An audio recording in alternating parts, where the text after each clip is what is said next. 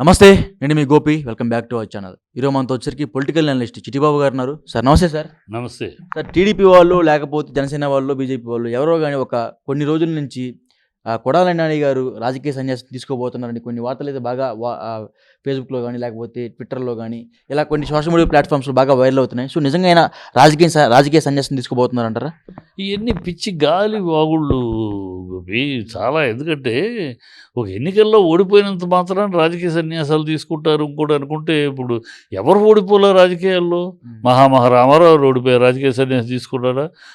రాజశేఖర రెడ్డి గారు ఓడిపోయారు, రాజకీయ సన్యాసం తీసుకున్నారా? చంద్రబాబు ఓడిపోయాడు, రాజకీయ సన్యాసం తీసుకున్నాడా? మొన్న పోయినసారి పవన్ కళ్యాణ్ రెండింటిలోనూ ఓడిపోయాడు, 2 సీట్లు ఓడిపోయాడు, రాజకీయ సన్యాసం తీసుకున్నాడా? ములాయం సింగ్ ఓడిపోయాడు, తీసుకున్నాడా? కరుణానిధి గారు ఓడిపోయారు, తీసుకున్నారా? జయలలిత ఓడిపోయారు. ఇవన్నీ చరిత్ర చూసుకుంటే రాజకీయాల్లో ఓడిపోవటాలు గెలవటాలు సహజం.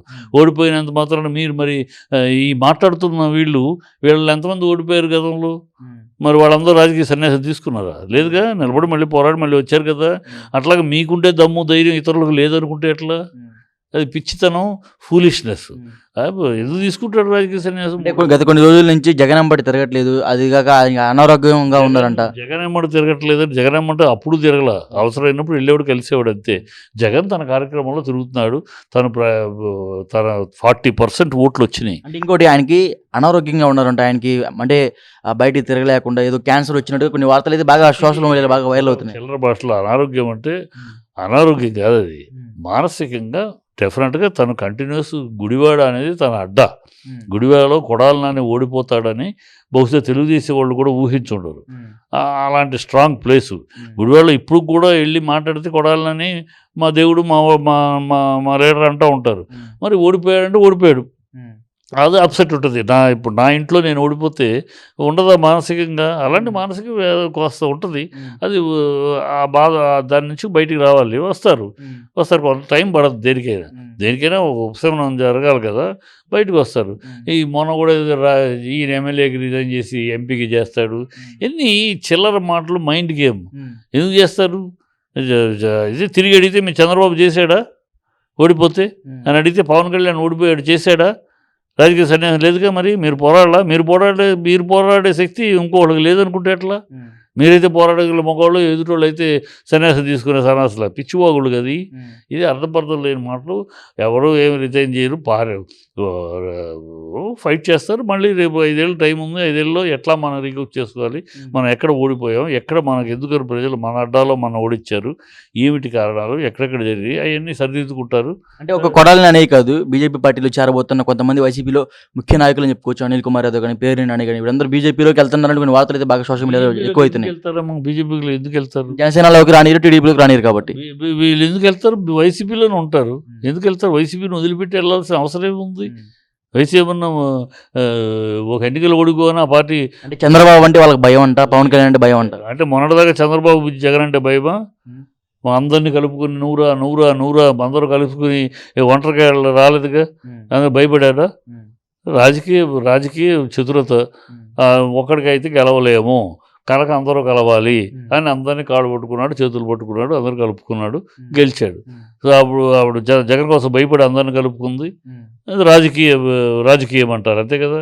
సో ఇవన్నీ పిచ్చి మాటలు. ఏదో ఓడిపోగానే అయిపోయాడు అని ఏదో మైండ్ గేమ్ తప్పితే అలా వాక్కుని సంతోషపడటం. నేను అందుకనే ఈ ప్రభుత్వాన్ని చెప్పేది ఏంటంటే, ప్రజలు అబద్ధాలు చెప్పారో నిజాలు చెప్పారో, ల్యాండ్ టైటిల్ గురించి ఎలాంటి అబద్ధం చెప్పారో, వాలంటీర్ గురించి ఎన్ని మాటలు మార్చారో, సంక్షేమ పథకాల గురించి ఎన్ని మాటలు ఎన్ని మార్చినా ఏం చేసినా ప్రజలు మీ అబద్ధాలనో మీ నిజాలనో మీరు చెప్పిన బాగుండనో మీరు ఏదో నమ్మి మీకు ఓట్లేశారు. ఓకే, మీరు అధికారంలోకి వచ్చారు. ఇహనైనా 20 రోజులు అయిపోయింది. ఇహనైనా అధికారంలోకి వచ్చారు. మీరు జగన్ జపం మానేసి మీరు పరిపాలన విషయం చూడండి. మీ పరిపాలనలో మీరు చెప్పిన సూపర్ 6 ఎప్పుడు అమలు చేస్తారు, స్పెషల్ స్టేటస్ ఎప్పుడు తీసుకొస్తారు, దానికి ఇప్పుడు ఉన్న అవకాశం. అంటే చంద్రబాబు చెప్పలేదు కదా మేము స్పెషల్ స్టేటస్ తీసుకొస్తామని. ఏం మాటది? ఏం పిచ్చి మాట చెప్పకపోవడం ఏంటి? 2018లో ఇప్పుడు సంగతి మొన్న జరిగిన ఎలక్షన్లో చంద్రబాబు హామీ ఇవ్వలేదు కదా. హామీ 2018 హామీ ఇవ్వక్కర్లా, it goes without saying. Jagan హామీ ఇచ్చాడు, ఎందుకు తెచ్చారు మరి? 2018లో నేను ఆయన బీజేపీ ఎందుకు విభేదించాడు? స్పెషల్ స్టేటస్ ఇవ్వలేదు కనుకే నేను వీళ్ళని వ్యతిరేకిస్తున్నాను, మా వాళ్ళు రిజైన్ చేస్తున్నారు మంత్రులు, మీ వాళ్ళు రిజైన్ చేయమనండి. ఎందుకు విడిపోయాడు? ఈ ఒక స్పెషల్ స్టేటస్ మాట చెప్పే, అదే మాట చెప్పే గెలిచాడు. 2014లో అది బీజేపీ అధికారంలో ఉంది, బీజేపీ ఫుల్ మెజారిటీలో ఉంది కనుక ఈయన మాట సాగలేదు. అది సాగలేదు కనుక కోపం వచ్చి పార్టీ స్పెషల్ స్టేటస్ అనే పాయింట్ చెప్పి తిరుపతిలో చెప్పారు, అక్కడ చెప్పారు, ఇక్కడ చెప్పారు, ప్రతి మీటింగ్లో ప్రతి ప్రెస్ మీట్లో స్పెషల్ స్టేటస్ అని మాట్లాడి దానివల్ల ఇన్ని ప్రయోజనాలు, రాష్ట్రం ఎలా అభివృద్ధి చెందుతుంది అది అంగీకరించలేదు కనుక నేను టాటా బై బై చెప్తాను. అప్పటి రాజకీయాలు, ఇప్పుడు జరిగిన రాజకీయాల్లో మొన్న చంద్రబాబు గారు ఎటువంటి హామీ ఇవ్వలేదు కదా. హామీ ఇవ్వక్కర్లా, దీనికి హామీ ఇవ్వటండి. జగన్మోహన్ రెడ్డి గారు హామీ ఇచ్చేందుకు తప్పారంటారు. ఏ లేదు, అతను హామీ ఇచ్చి ఎలక్షన్ అవగానే 23 సీట్లు నాకు ఇవ్వండి, మెడల్ ఉంచుతానని చెప్పిన తను గెలిచిన తర్వాత ఢిల్లీకి వెళ్ళి ప్రమాణ స్వీకారం అయినాక వచ్చి ఏం చెప్పాడు? ఇమీడియట్గా ప్రెస్ మీట్ చూడండి, ఉన్న ప్రజలే మర్చిపోరు, మీరు మర్చిపోరా చెప్పండి. 25 మన అవసరం లేని స్థాయిలో బీజేపీ ఉంది అక్కడ. మన 25 ఎంపీల అవసరం కనుక వాళ్ళకు ఉండుంటే మనం డిమాండ్ చేసి గొడవ చేయొచ్చు, కానీ మన అవసరమే లేకుండా వాళ్ళు ఫుల్ మెజారిటీలో ఉన్నారు. సో వాళ్ళని మనం గొడవ చేసి అడిగే ప్రశ్న లేదు. వాళ్ళ దయాదాక్షిణ్యాలు వాళ్ళుగా ఇష్టపడి ఇవ్వటం తప్పితే మనం పోరాడినా ప్రయోజనం లేదు, ఎందుకంటే వాళ్ళు ఫుల్ మెజారిటీలో ఉన్నారు కనుక అడిగి ప్రయోజనం లేదు, పోరాడి ప్రయోజనం లేదని ఆ రోజే చెప్పాడు, ప్రెస్ మీట్లో క్లియర్గా చెప్పాడు. ఇది అదే చంద్రబాబు 2014లో కూడా ఎందుకు తేలేకపోయాడు అంటే వాళ్ళు మెజారిటీలో ఉన్నారు బీజేపీ.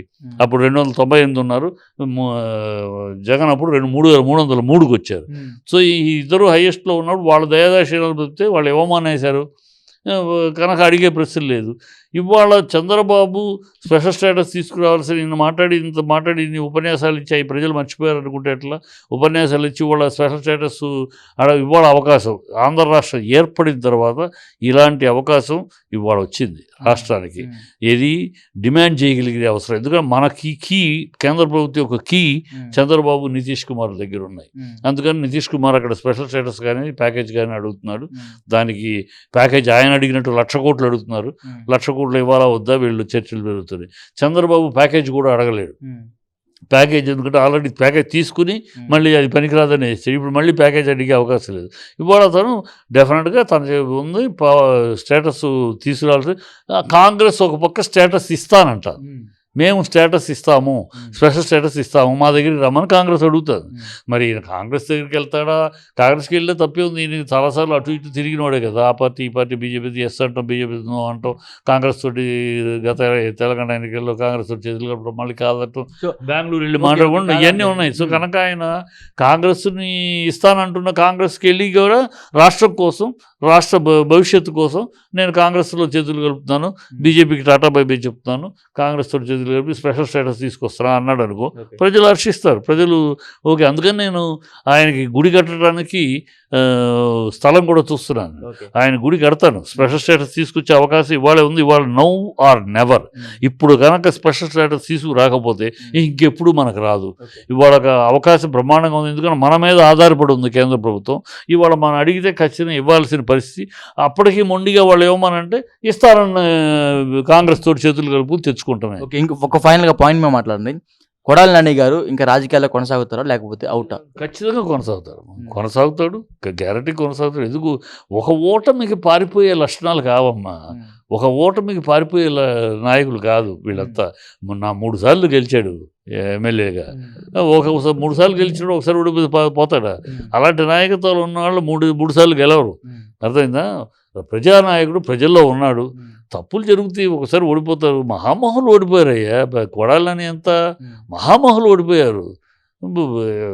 రామారావు 2 చోట్ల పెట్టి ఓడిపోలా, చిరంజీవి ఓడిపోలా, పవన్ కళ్యాణ్ 2 చోట్ల ఓడిపోలా, రాహుల్ గాంధీ ఓడిపోలా, అమేథీలో.